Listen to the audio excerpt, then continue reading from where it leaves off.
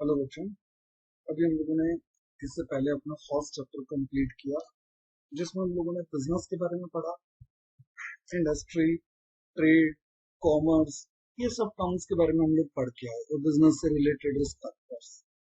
हम लोग इस चैप्टर के अंदर पढ़ेंगे कि various forms of business organisation कौन सी, यानी कि अगर बिजनेस किया जा सकता तो बिजनेस करने के कितने तरीके होते हैं, किस तरीके आप अपनी प्रैक्टिकल लाइफ के अंदर अलग अलग फॉर्म्स ऑफ बिजनेस ऑर्गेनाइजेशन को अडॉप्ट कर सकते हो, किसके क्या फायदे हैं क्या नुकसान है, इन सब के बारे में हम लोग अपने इस चैप्टर के अंदर पढ़ेंगे कि बिजनेस करने के तरीके क्या क्या।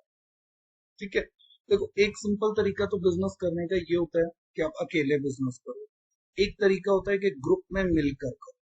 ग्रुप में मिलकर करो तो उसके भी अलग अलग कई फॉर्मेट्स होते हैं जो सारे आपको इस चैप्टर के अंदर डिफाइन किए गए। तो एक एक करके हम लोग सबके बारे में डिस्कस करेंगे। तो अभी हम लोग स्टार्ट करते हैं अपना टॉपिक का base, business enterprises. Business enterprises is an organisation which is engaged in सब बिजनेस और कमर्शियल एक्टिविटी। ये वो एक ऑर्गेनाइजेशन होती है जो एक कमर्शियल एक्टिविटी के अंदर एंगेज्ड होती है। वो कमर्शियल एक्टिविटी क्या होती है ये आप लोगों ने पिछले चैप्टर में पढ़ा कि इकोनॉमिक एक्टिविटी जहां पैसों का कोई लेन then. Business enterprise is an organization which is engaged in some business or any type of commercial activity जो एक सर्विस के फॉर्म में भी हो सकती है। Every business adopts one of the given forms of organization to carry out the business activity. हर एक business क्या करता है, कोई ना कोई एक्टिविटी तो परफॉर्म करेगा ही करेगा। वो एक्टिविटी किस तरीके की होगी, या तो वो प्राइवेट सेक्टर एंटरप्राइजेस यानी कि बिजनेस एक प्राइवेट सेक्टर पे रन होगा, या फिर पब्लिक सेक्टर, या फिर ज्वाइंट सेक्टर। अब हमें ये नहीं पता कि प्राइवेट सेक्टर क्या है, पब्लिक सेक्टर क्या है, ज्वाइंट सेक्टर क्या है। तो पहले हम इन्हीं के बारे में ही बात कर लेते हैं कि प्राइवेट सेक्टर क्या है, पब्लिक क्या है और ज्वाइंट सेक्टर क्या है। तो प्राइवेट सेक्टर के अंदर किस टाइप के बिजनेस को इंक्लूड किया जाता है। तो प्राइवेट सेक्टर का टर्म जैसा कि नेम से ही पता चल रहा है कि ऐसे इंस्टीट्यूशंस इसमें काउंट होते हैं जिनको ओन एंड मैनेज किया जाता है पूरी तरह से प्राइवेट इंडिविजुअल्स की तरफ से, जिनको चलाने का काम पर्सनली बेसिस पे लोग करते हैं। Enterprises which are owned and controlled by the private individual. Public enterprises क्या होती हैं? पब्लिक एंटरप्राइजेस ऐसी एंटरप्राइजेस होती हैं जो own and control by the central and state government, जिनको कंट्रोल और ओन किया जाता है गवर्नमेंट की तरफ से, सेंट्रल गवर्नमेंट या फिर स्टेट गवर्नमेंट। और ज्वाइंट जो होती हैं ये दोनों के कंबाइंड एफर्ट से चलती हैं। इनको हम लोग पीपीपी का नाम भी देते हैं। तो ज्वाइंट क्या है? प्राइवेट का मतलब प्राइवेट इंडिविजुअल्स, पब्लिक का मतलब गवर्नमेंट हो गई। तो ज्वाइंट का मतलब क्या है कि प्राइवेट और पब्लिक दोनों आपस में मिल गए, यानी कि ऐसे एंटरप्राइजेस जो कि own and controlled by the government plus private individuals होते हैं। तो ये लोग मिलकर जो काम करते हैं वो हमारे लिए क्या है? Joint enterprises. ठीक है, तो ध्यान दीजिएगा। कुछ एग्जांपल्स अगर हम लोग प्रैक्टिकल लाइफ में से ध्यान दें तो रिलायंस कंपनी। रिलायंस कंपनी क्या चीज है? ये पूरी तरह से प्राइवेट ओन्ड है। इसका पूरा कंट्रोल जो है वो प्राइवेट इंडिविजुअल्स के पास है। टाटा है, विप्रो है, ये सब प्राइवेट ऑर्गेनाइजेशन एंटरप्राइजेस होती हैं जिनको ओन एंड कंट्रोल स्टेट या फिर सेंट्रल गवर्नमेंट की तरफ से किया जाता है। तो इनकी ऑनरशिप जो होती है वो गवर्नमेंट के पास होती है, पैसा गवर्नमेंट लगाती है। सेल कंपनी है, गेल कंपनी है, एलआईसी कंपनी है, ये सारे के सारे एंटरप्राइजेस ऐसे हैं जिनमें गवर्नमेंट की तरफ से ही पैसा लगाया था। एट प्रेजेंट एलआईसी के अंदर कुछ कंट्रीब्यूशन गवर्नमेंट ने अपना सेल कर दी है, तो आप ये कह सकते हो कि एलआईसी को भी ज्वाइंट के अंदर शिफ्ट कर दिया गया था। तो पैसा गवर्नमेंट का भी लगा हुआ है और प्राइवेट इंडिविजुअल्स का भी है। और ज्वाइंट के अंदर क्या आ जाएंगे? जिनमें गवर्नमेंट भी पैसा लगाती है, प्राइवेट पर्संस भी पैसा लगाते हैं। इन केस कि जो ये ज्वाइंट कंट्रीब्यूशन वाली कंपनीज हैं, इनमें 51% से ज्यादा पैसा गवर्नमेंट का लगा हुआ हो, तो उस केस में हम इनको गवर्नमेंट एंटरप्राइजेस का भी नाम दे देते हैं। ठीक है, तो अगर 51% से कम हो तो इट मींस क्या है? वो दोनों का ज्वाइंट भी होता है, ज्वाइंट ही होता है। 51% से ज्यादा अगर गवर्नमेंट का हो जाए तो ऐसे इंस्टीट्यूशंस को हम लोग government companies, government institution, government enterprises नाम देना शुरू कर। ठीक है, मारुति है, ऑयल इंडिया लिमिटेड है, ये कुछ एग्जांपल्स आप लोगों को दिए गए हैं जो कि ज्वाइंट ओनरशिप की कैटेगरी के अंदर आते हैं। क्लियर बच्चे? Next, forms of private enterprises. तो हमारा ये पूरा चैप्टर प्राइवेट एंटरप्राइजेस के ऊपर ही बेस्ड है। हमारे अगले चैप्टर्स के अंदर हम लोग पब्लिक के बारे में, ज्वाइंट के बारे में, इनके बारे में बात करेंगे, लेकिन अभी के लिए जो हमारा चैप्टर है वो पूरी तरह से प्राइवेट ऑर्गेनाइजेशंस पर बेस्ड है। तो प्राइवेट सेक्टर की जो ऑर्गेनाइजेशंस होती हैं वो अलग अलग कैटेगरी पे डिवीजन की गई, जिनमें से एक कैटेगरी है रजिस्टर्ड और एक कैटेगरी है अनरजिस्टर्ड। तो पहले हम लोग रजिस्टर्ड के बारे में ही पढ़ेंगे। रजिस्टर्ड के अंदर कौन कौन से आते हैं, जिनको रजिस्टर्ड करने का मतलब यहाँ पर क्या है, जिनको गवर्नमेंट की तरफ से लीगल रूल्स बनाए गए हैं, जिनको लॉ के अंडर हमें रजिस्टर्ड करवाना है। तो जो लॉ के अंदर रजिस्टर्ड करवानी पड़ती हैं वो इंस्टीट्यूशन हमारे दो हैं, एक है कोऑपरेटिव सोसाइटी और एक होती है company, joint stock company. Unregistered, जिनको लॉ के अंडर रजिस्ट्रेशन की कोई रिक्वायरमेंट नहीं होती, आपका जब मन करे बेसिक सी कुछ सिंपल सी कंडीशंस होती हैं वो पूरी करिए, बिजनेस ऑर्गेनाइजेशन सेटअप। तो जहां पर लीगल फॉर्मेलिटीज कम होती हैं वो अनरजिस्टर्ड है, जहां लीगल फॉर्मेलिटीज ज्यादा है, वो अनरजिस्टर्ड। तो जहां लीगल फॉर्मेलिटीज कम होती हैं उसे हम लोग अनरजिस्टर्ड एंटरप्राइजेस का नाम देते हैं। तो अनरजिस्टर्ड एंटरप्राइजेस में क्या क्या आता है, इसके अंदर अलग अलग कैटेगरी के एंटरप्राइजेस इंक्लूड किए जाते हैं, जिसमें से एक है सोल प्रोप्राइटरशिप, एक है ज्वाइंट हिंदू फैमिली, एक होती है पार्टनरशिप और एक होता है ज्वाइंट वेंचर। ज्वाइंट वेंचर वैसे आपको बुक में अलग से नहीं गिवन होता, टेम्परेरी पार्टनरशिप को ही नाम दिया जाता है ज्वाइंट वेंचर का। तो एक कैटेगरी और है, लेकिन इसके बारे में हम कुछ ज्यादा नहीं डिस्कस करेंगे। हमारी कैटेगरीज आएंगी मेनली तीन। अनरजिस्टर्ड, तो आप ये बातें इनकी फीचर में भी लिख सकते हो कि सोल प्रोप्राइटरशिप में कोई मेजर लीगल फॉर्मेलिटीज नहीं होती, ना ज्वाइंट में होती है ना पार्टनरशिप में होती है, लेकिन कोऑपरेटिव सोसाइटी और ज्वाइंट स्टॉक कंपनी इन दोनों के अंदर लीगल फॉर्मेलिटीज का इशू होता है। ठीक है बच्चे, तो ये आपका पहला पॉइंट है जो आप लोगों को इन एंटरप्राइजेस के केसेस में मेंशन करना ही। तो हम एक एक करके इन सब कैटेगरी के बारे में बात करेंगे, यही हमारा पूरा चैप्टर। तो सबसे पहले हम लोग बात कर रहे हैं सोल प्रोप्राइटरशिप के बारे में या फिर सोल ट्रेड के बारे में। जैसा कि हम लोग यहाँ देख ही रहे हैं कि इस टॉपिक के अंदर हमें क्या बताया गया, हमें प्राइवेट एंटरप्राइजेस के बारे में बताया, और प्राइवेट एंटरप्राइजेस में भी हम लोग पहला जो डिस्कस कर रहे हैं वो है सोल प्रोप्राइटरशिप। सोल का मतलब होता है ओनली, प्रोप्राइटरशिप का मतलब होता है ऑनरशिप।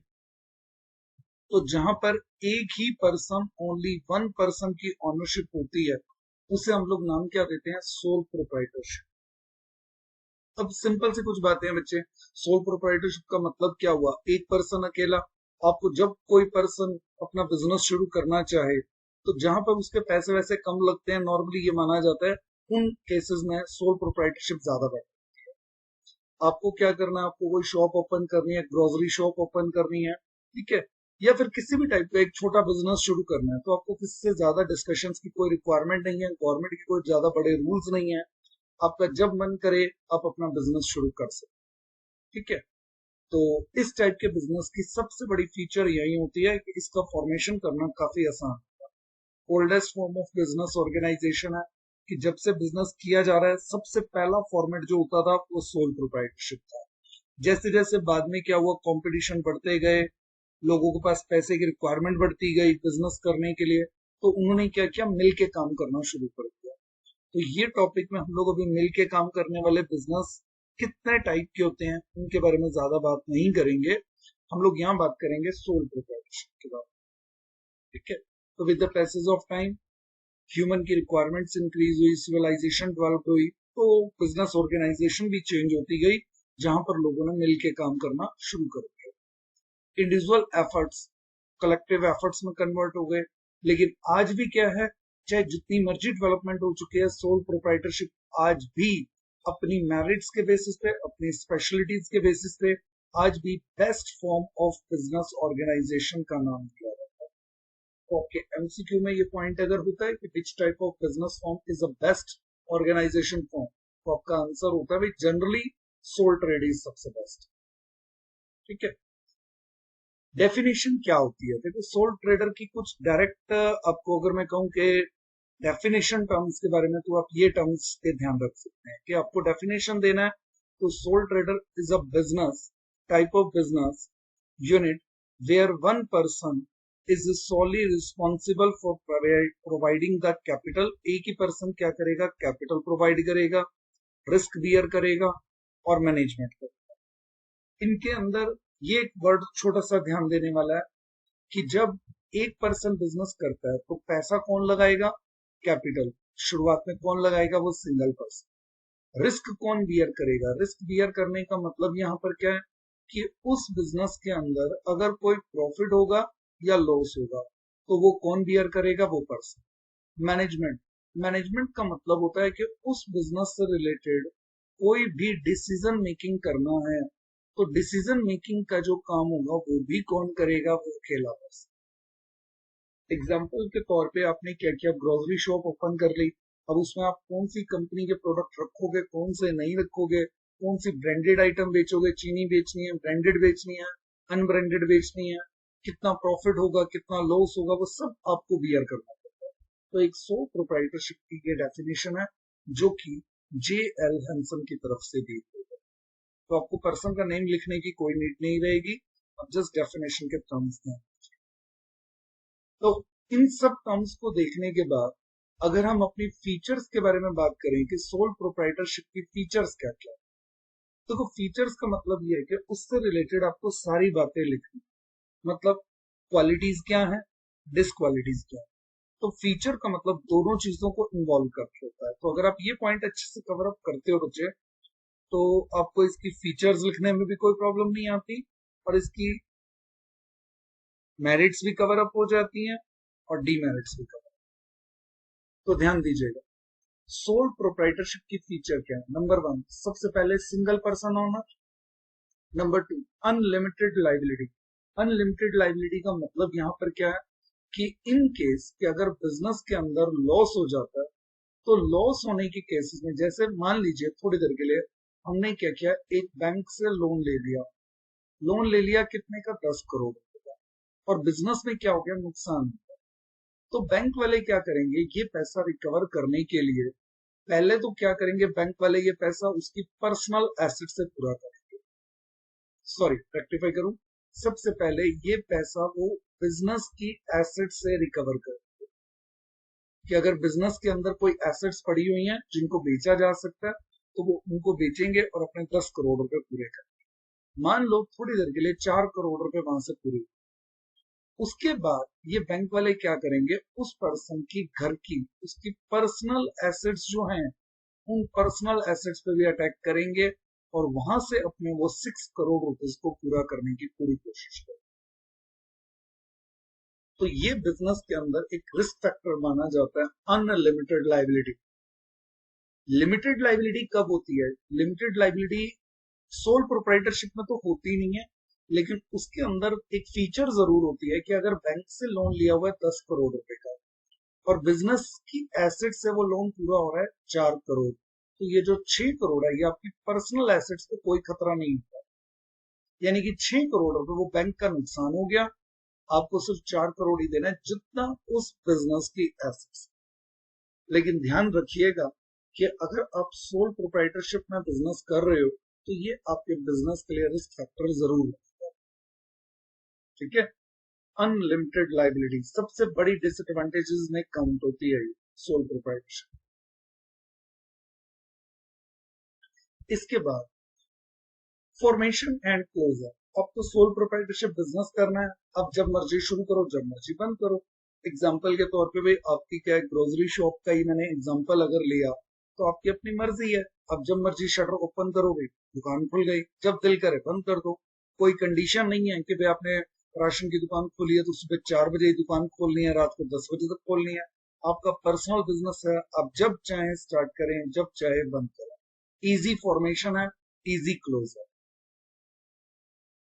इंडिविजुअल रिस्क पीछे बता चुका हूं मैं।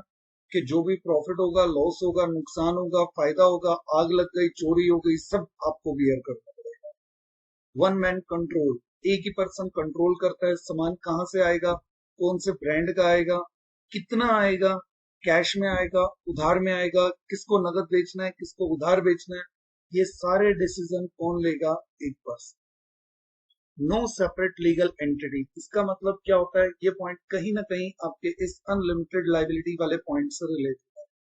अनलिमिटेड लाइबिलिटी में हमने अभी अभी बात करी कि अगर बैंक का लोन 10 करोड़ रुपए का है तो पहले वो लोन कवर होगा बिजनेस की एसेट से।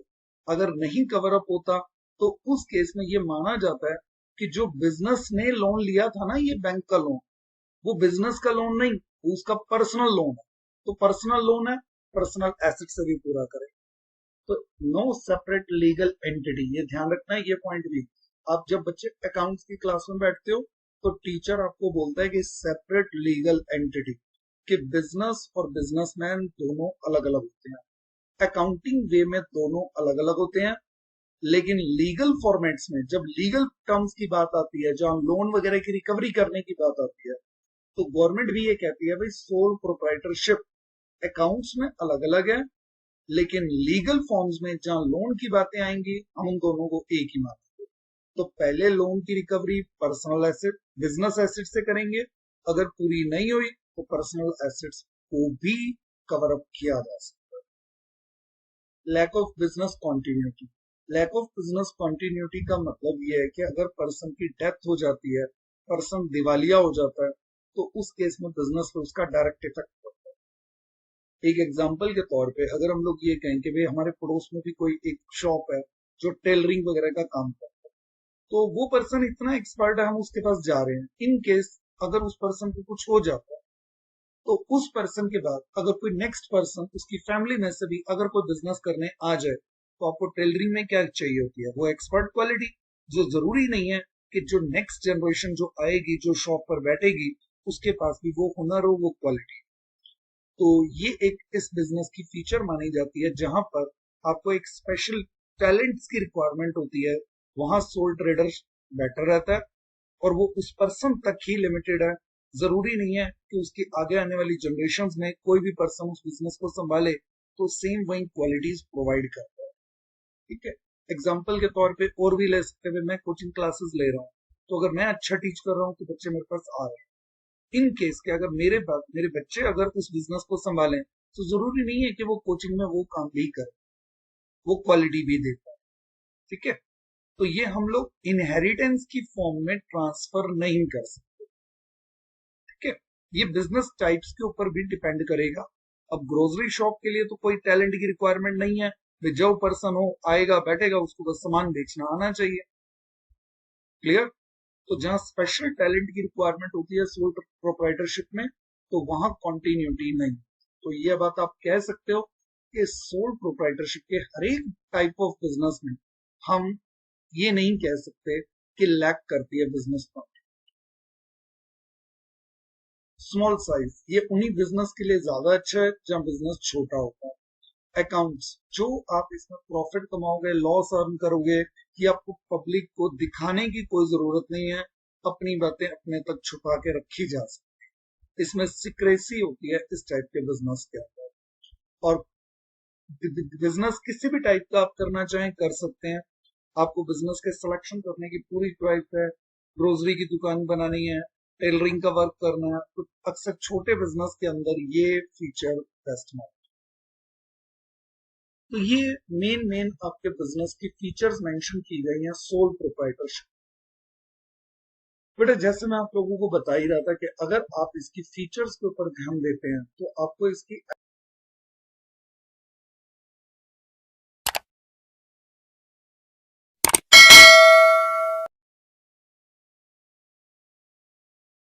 दोनों की दोनों कवर अप हो जाए।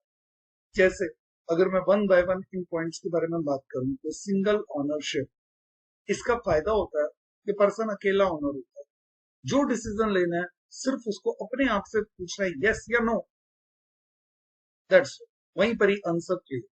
तो इस बिजनेस की एक फीचर मानी जाती है कि सिंगल ओनरशिप होती है तो डिसीजन जल्दी से जल्दी लिया जाता है।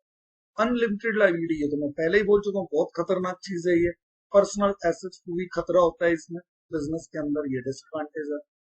इजी फॉर्मेशन, इजी क्लोजर, जब मन करे दुकान खोलो, जब मन करे दुकान बंद कर दो। 6 महीने काम करो, 8 महीने काम करो, जितना टाइम आपका मन करे करिए, उसका बिजनेस इजिली फॉर्म किया जा सकता है, इजिली क्लोज किया जा सकता है। इंडिविजुअल रिस्क, 100% रिस्क अपना है, डिसएडवांटेज है, क्योंकि रिस्क पूरा का पूरा भारी रिस्क हमारे ऊपर है।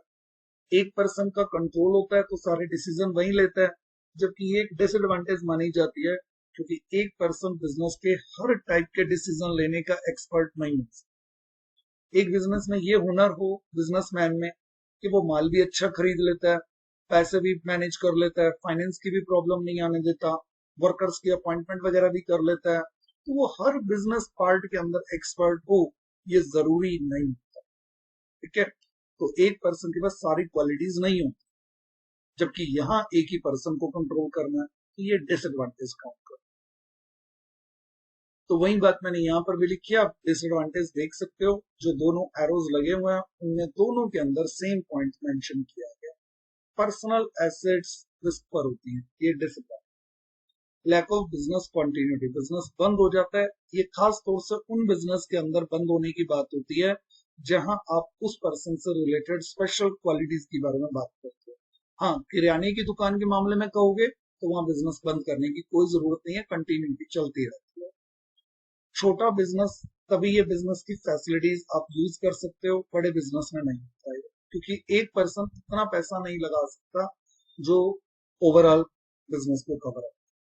सिक्रेसी, ये एक फीचर है कि जो बातें, जो प्रॉफिट, जो लॉस आपने कमाया वो आप तक ही इंफॉर्मेशन सीक्रेट रहेगी, पब्लिक में नहीं जाएगी। जबकि कुछ बिजनेस ऑर्गेनाइजेशन ऐसी होती हैं जिनमें इंफॉर्मेशन पब्लिकली डिस्क्लोज की जाती है। Freedom in the selection of business, आप कोई भी बिजनेस का कोई भी किसी भी तरीके का सिलेक्शन कर सकते हो, ये भी एक एडवांटेज। बट आप देख सकते हो फीचर्स के अंदर से ही आपको 4 पॉइंट एडवांटेज के मिल गए, और उसके अलावा अगर आप यहाँ बाकी के पॉइंट्स चेक करें तो 6-7 पॉइंट्स हैं जो आप लोगों के डिसएडवांटेज के भी कवर है। ठीक है, तो आपकी थियोरिटिकल वर्किंग जो होती है वो फीचर्स के पॉइंट्स को अच्छे से पढ़ने की रहे। थोड़ा सा कुछ एग्जांपल्स और दिए गए हैं। सोल प्रोप्राइटरशिप क्या है, ये ग्रोसरी शॉप है, ये कैफे है। ठीक है, बिजनेस जो कि एक पर्सन ओन एंड मैनेज करता है, वो पर्सन ओनर है, ये उसके कस्टमर्स हैं, आ रहा है सामान बिक रहा है, नया माल आ रहा है, पुराने वाला बिक रहा है, कैश में कन्वर्ट हो रहा है, ये सब एक्टिविटी चलती है। तो सोल प्रोप्राइटरशिप के अंदर अगर हम लोग जो पॉइंट अभी हमने पीछे डिस्कस किए वही पॉइंट्स हमने अलग अलग करके भी लिख दिए हैं कि मेरिट्स क्या क्या होती हैं। एक फटाफट क्विक व्यू लेते जाइए। डिसीजन जल्दी होते हैं, कॉन्फिडेंशियल रहता है, पब्लिक में डाटा नहीं जाता, सेल्फ सेटिस्फेक्शन होती है। जब सबसे बड़ी बात आती है जब आप अपना काम करते हैं, आप चाहे ओवर टाइम करो, कम टाइम काम करो, एक खुद को सेटिस्फेक्शन होती है जो मैं कर रहा हूँ अपने लिए कर रहा हूँ, उसका फायदा नुकसान पूरी तरह से मेरी जेब में जाए। जबकि अगर कोई पर्सन किसी और के लिए काम करता है, कभी भी मन लगा के नहीं करता। ठीक है, जितनी मर्जी सैलरी हो, कहीं ना कहीं उसको ये होता है कि ये हमसे एक्स्ट्रा काम करवा दो। ठीक है, इजी फॉर्मेशन, जब बिजनेस बंद करना हो उसको डिसॉल्व करना बोलते हैं, डिसोल्यूशन किया जा सकता है। मोर एफर्ट्स मोर प्रॉफिट, जितना मेहनत करेंगे उतना प्रॉफिट मिलेगा। ये सब मेरिट्स हैं। डीमेरिट्स क्या है? लिमिटेड रिसोर्सेज, पैसा कम आएगा। ठीक है, उसके बाद अनलिमिटेड लाइबिलिटी होती है, ये डीमेरिट है। पर्सनल एसेट्स पे भी खतरा होता है हमेशा ही। ठीक है, बिजनेस की लिमिटेड लाइफ होती है। फिर से मैं रिपीट करूंगा, ये सिर्फ उन बिजनेस से रिलेटेड है जहां आप पर्सन से रिलेटेड एक्टिविटी के ऊपर काम कर रहे हैं। और लिमिटेड मैनेजरियल स्किल्स होती हैं। एक पर्सन हर काम में परफेक्ट नहीं होता, तो ये लिमिटेड मैनेजरियल स्किल डिसएडवांटेज है। आपको ये पॉइंट बेटा पेपर में ना ऐसे हेडिंग बना के नहीं छोड़ने हैं, इन सबको अंडरलाइन करके आपको एक एक दो दो लाइन में इनको डिफाइन जरूर करना है। जैसे quick decision, in case of sole proprietorship as we know there is a single owner, so every decision can be taken on quick basis। तो आप जैसे जैसे और टाइप पढ़ते जाओगे आपको पता लगता जाएगा कि ये इसकी फीचर क्यों है। क्योंकि एक छोटी सी बात है, अगर एक पर्सन की जगह 4 लोग मिलके मालिक बन जाए, तो 4 लोग मिलेंगे तो एक अकेला पर्सन डिसीजन नहीं ले सकता। तो जब अब कोई डिसीजन लेना होगा वो कहेगा भाई मेरे को बाकियों से भी पूछने का टाइम चाहिए। तो कुल मिलाकर डिसीजन लेने में क्या होता है, देरी हो जाती है। ठीक है, अगर हम दोनों को कंपेयर करें तो जो मेरिट्स हैं वो इनकी ज्यादा बेटर मानी गई हैं कंपैरिजन टू डीमेरिट्स। इस वजह से सोल प्रोप्राइटरशिप एक अच्छी बिजनेस एक्टिविटी एंटरप्राइजेस मानी जाती है। क्लियर बच्चे? आपको ये सारे पॉइंट्स कैसे लगे हैं, समझ में आए हैं, नहीं आए हैं, बेटा इसके बारे में आप कमेंट जरूर करिएगा, सो दैट कि अगर आपको अगले ये वीडियो अच्छा लगेगा तो हम अगला वीडियो भी इसका देंगे और उसमें आपको Hindu undivided family, cooperative society, joint venture, partnership, one by one सब पॉइंट्स के बारे में क्लियर।